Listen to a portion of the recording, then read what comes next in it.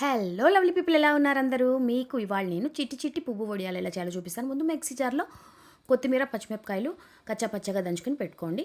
ఇప్పుడు 1/4 కప్పు సగ్గుబియ్యాన్ని మిక్సీలో వేసి ఇలా మెత్తగా పౌడర్ చేసుకోండి. ఇప్పుడు అదే మిక్సీ జార్లో 1 కప్పు బియ్యం పిండి వేసుకోండి. తర్వాత దీంట్లో మనం 1 కప్పు నీళ్లు పోసుకుని దీన్ని మనం కొంచెం ముద్దలాగా పేస్ట్ లాగా చేసేసుకుంటాం. మిక్సీ జార్లో ఒకసారి తిప్పేస్తే ఇలా పేస్ట్ అయిపోతుంది. దీన్ని మనం ఒక బౌల్లోకి తీసుకుందాం.